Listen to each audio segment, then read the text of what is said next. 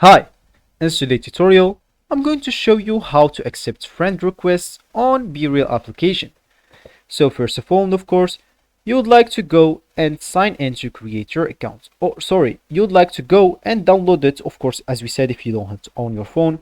And of course, you can do that through Play Store if you're using an Android, App Store if you're using an iPhone, or any other store you could be possibly using.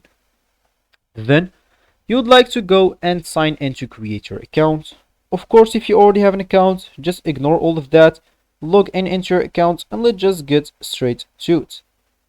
So here, let me just go and launch my BeReal application, as you should, of course, if you want to follow this steps tutorial. So here, as you can see, we have the main screen of the BeReal application. So let me just first of all tell you about the concept of this application. So first of all, you have one post per day, and the post is actually containing two pictures, one of your front camera and one of your back camera. So one as a selfie and one whatever picture you're taking. Of course, you cannot upload any pictures to the BeReal. You can just take instant pictures and share it with others. As you can see here in discovery, people like actually sharing like front and back cameras picture.